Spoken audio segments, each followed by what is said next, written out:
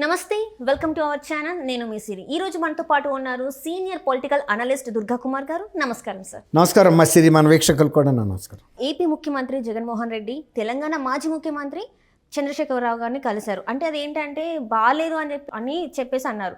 కానీ ఈ భేటీ వెనకాల ఒక బడా నేత మాత్రం ఏదైతే జరిగిందో ఆ సీక్రెట్స్ అన్ని బయటపెట్టారు. అసలు ఎవరు ఆ బడా నేత, ఆ సీక్రెట్స్ ఏంటి? ఇందులో బడా నేత సీక్రెట్స్ ఏం లేదమ్మా. ఇప్పుడు మనం ఒక విధంగా చూస్తే జగన్మోహన్ రెడ్డి గారికి కేసీఆర్ గురువు.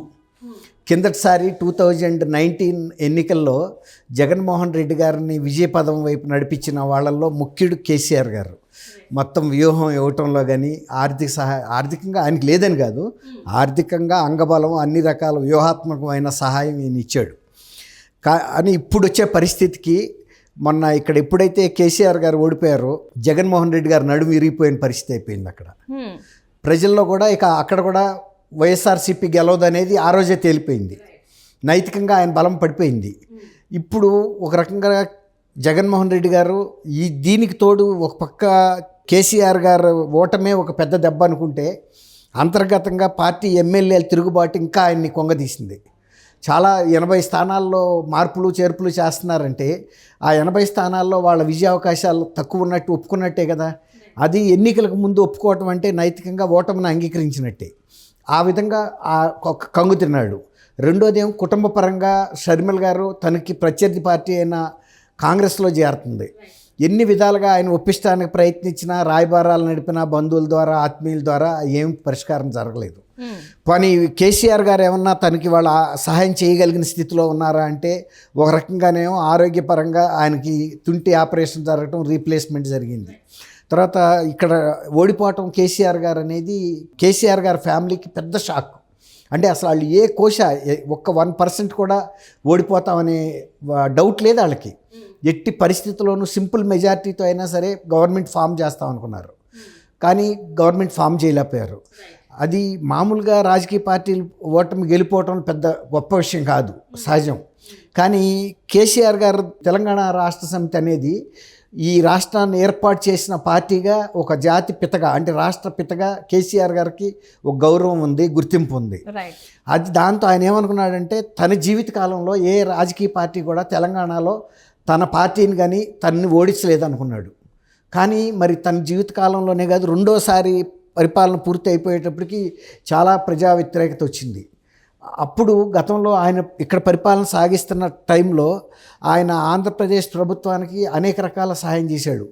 ఆంధ్రప్రదేశ్ పారిశ్రామికవేత్తలు కానీ, వ్యాపారవేత్తలు కానీ, బిల్డర్స్ కానీ, ప్రముఖులందరినీ వాళ్ళు పిలిచి, మీరు ఎట్టి పరిస్థితుల్లోనూ అక్కడ వైఎస్ఆర్సీపీని గెలిపించాలి, మీరు మీ కుటుంబం అవసరమైతే మీరు రాజీనామా చేసి వైఎస్ఆర్సీపీలో చేరండి, రెండోది పార్టీ ఫండింగు, ఈ విధంగా ఎన్ని రకాల సహాయాలు చేయాలో చేసి ఆయన తెలుగుదేశాన్ని ఓడించాడు. ఎందుకంటే తెలుగుదేశం అంతకుముందు ఇక్కడ ఎన్నికల్లో పోటీ చేయడంతో ఆయనకి తెలుగుదేశం అనేది ఉంటే ఏనాటికైనా నాకు ఇక్కడ తెలంగాణలో రాజకీయంగా ఇబ్బంది అనే అంశం మీద ఆయన ఒక కక్ష కట్టి తెలుగుదేశాన్ని అసలు సొంత ఆంధ్రప్రదేశ్లోనే లేకుండా చేస్తే తెలంగాణలో ప్రశ్నే లేదు కదా, మొదలై కొట్టేస్తే చివరి బతికుండదు కదా, ఆకుపచ్చగా ఉండదు కదా, అట్లా చేయాలనుకుని ప్రయత్నం చేశాడు.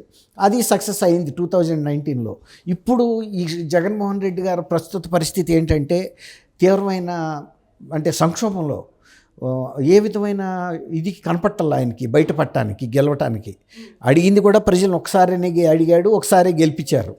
తర్వాత గెలిచిన తర్వాత కూడా ఆయన పరిపాలన మీద కన్నా కూడా ఎక్కువ కక్ష సాధింపు మీద, ప్రజల మీద కూడా పోలీసుల్ని ప్రయోగించడం, అన్ని వర్గాల ప్రజల్ని, ప్రభుత్వం వైఫల్యాలను ఎవడన్నా ప్రశ్నిస్తే వాళ్ళ మీద దాడులు చేయటం, వీటి మీదే శ్రద్ధ పెట్టాడు. కానీ ప్రజలని జాగ్రత్తగా చూసుకుందాం, అందరితో అన్ని వర్గాలతో మంచి పేరు తెచ్చుకుందాం అన్న ప్రయత్నం చేయలే.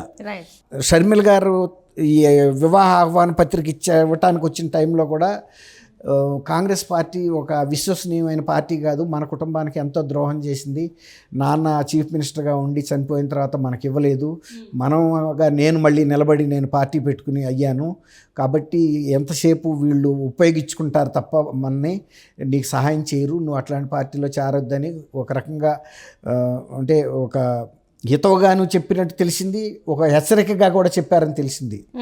జగన్మోహన్ రెడ్డి గారు ఆయన భార్య, అంటే ఈయన పరోక్షంగా హెచ్చరిక కూడా చేశారని. అయినా కూడా ఇక ఈ జగన్మోహన్ రెడ్డి గారితో అంతకుముందు ఆమె అనేక రకాల మంతనాలు జరిపింది కుటుంబ సమస్యల పరిష్కారానికి సంబంధించి, ఆస్తుల సమస్యల గురించి. ఆయన ఎక్కడా కూడా ఈమెకు కానీ తల్లి విజయలక్ష్మి గారికి కానీ అవకాశం ఇవ్వలేదు. దాన్ని ఒక సంఘీభావంగా దాన్ని పరిష్కరించుకోవడానికి కూడా సహకరించాల. దాంతో ఇక ఆమె విరక్తి కలిగి ఎట్టి పరిస్థితుల్లోనూ ఆ తాడో పేడో తేల్చుకోవాలి జగన్మోహన్ రెడ్డితో. ఆయన చీఫ్ మినిస్టర్ ఎక్కించడంలో కూడా వీళ్ళిద్దరూ కీలక పాత్ర వహించారు. ఆ రోజున చాలా సుదీర్ఘ పాదయాత్ర చేసింది షర్మిల గారు. తర్వాత ఏమో విజయమ్మ గారు, మీ బిడ్డ అనుకుని జగన్ బాబుని మీరు ముఖ్యమంత్రి చేయండి, రాజరన్న ప్రభుత్వాన్ని ఇస్తాడు, మీ అందరు మంచి చెడు చూస్తాడు, నేను మీ చేతుల్లో పెడుతున్నాను ఈ బిడ్డని, మీరే చూసుకోండి అని ఒక భావోద్వేగమైన ఉద్విగ్న పరిస్థితుల్లో ప్రసంగాలు చేసింది. ప్రజలు కూడా విజయమ్మ గారిని నమ్మారు. ఎందుకంటే విజయమ్మ గారు గతంలో ఎప్పుడు కూడా ప్రజా జీవితంలో రాలేదు. ఒక ముఖ్యమంత్రి భారీగా తను ఎప్పుడు ఆడంబరాలకు పోలేదు. కాబట్టి ఆ గౌరవం ఉంచారు. షర్మిల గారు స్వతహాగానే ఉండదుండట్టు మాట్లాడే మనిషి, ఆమెకేం కల్మషం కపటం తెలీదు. కాబట్టి అన్న గనక మంచి భవిష్యత్తు ముఖ్యమంత్రి అయితే తనను కూడా జాగ్రత్తగా చూసుకుంటాడు, తనకు కూడా మంచి రాజకీయ భవిష్యత్తు ఇస్తాడు అనుకుంది. ఆర్థికంగా తనకు రావాల్సిన వాటాలు అన్నీ కూడా ఇస్తాడని నమ్మింది. కానీ జగన్ ముఖ్యమంత్రి అయిన తర్వాత ఆ పదవిని అడ్డం పెట్టుకుని ముఖ్యమంత్రిని ఇంకెవరు ప్రశ్నించగలుగుతారు? ఆయనకుండా అర్ధబలం, అన్ని బలాలు ఉంటాయి కదా, అధికార బలం కూడా. దాంతో జగన్మోహన్ రెడ్డి అసలు ఈ భవిష్యత్తు గురించి పట్టించుకోకుండా తల్లిని చెల్లిని కూడా దూరంగా పెట్టేశాడు. ఇక వాళ్ళకి అర్థమైపోయి కనీసం తెలంగాణలో కన్నా రాజశేఖర రెడ్డి గారి అభిమానుల బలం అడ్డం పెట్టుకుని వాడుకుని కొంత ఇక్కడ ముఖ్యమంత్రి అవ్వాలి, అక్కడ అయ్యాం కదా ఇక్కడ కూడా అవుదామని సేమ్ ఫార్ములా అప్లై చేద్దాం అనుకున్నారు. కానీ తెలంగాణ ఫార్ములా డిఫరెంట్. ఇక్కడ ఏమాత్రం కూడా 2-3 ఏళ్ల తర్వాత కూడా సక్సెస్ సాధించలేకపోయారు, కొద్దిపాటి గుర్తింపు కూడా తెచ్చుకోలేకపోయారు. ఇక ఇక్కడ వాతావరణం అనుకూలించలేదు, మనం అందులో ఆర్థిక ఇబ్బందులు వచ్చినాయి ఆమెకి. ఆమె జగన్మోహన్ రెడ్డి గారి లాగా బాగా ఆర్థికంగా స్ట్రాంగ్గా లేదు. సరే, కొంతమంది ఎవరైనా శ్రేయభిలాషులు డబ్బులు ఇస్తానికి ప్రయత్నించినా కూడా ఆ డబ్బులు ఇవ్వనివ్వకుండా జగన్మోహన్ రెడ్డి గారు అడ్డుపడ్డాడు. ఆ విధంగా ఏ రకంగా కూడా తర్వాత ఆమె కాంగ్రెస్లో విలీనం అవుదామని వెళ్తే కూడా కాంగ్రెస్ పార్టీని ఇన్ఫ్లుయెన్స్ చేసి జార్చకుండా చేశాడు. ఈ విధంగా తనకుండా పరపతిని అడ్డం పెట్టి ఈమెని రాజకీయ భవిష్యత్తుకి ఎక్కడికక్కడ బ్రేకులు పెడుతున్నాడు. కాబట్టి ఇక ఆమె మళ్ళీ ఇప్పుడు ఆంధ్రప్రదేశ్లోకి ఆమె వెళ్ళాలని అనుకోలే.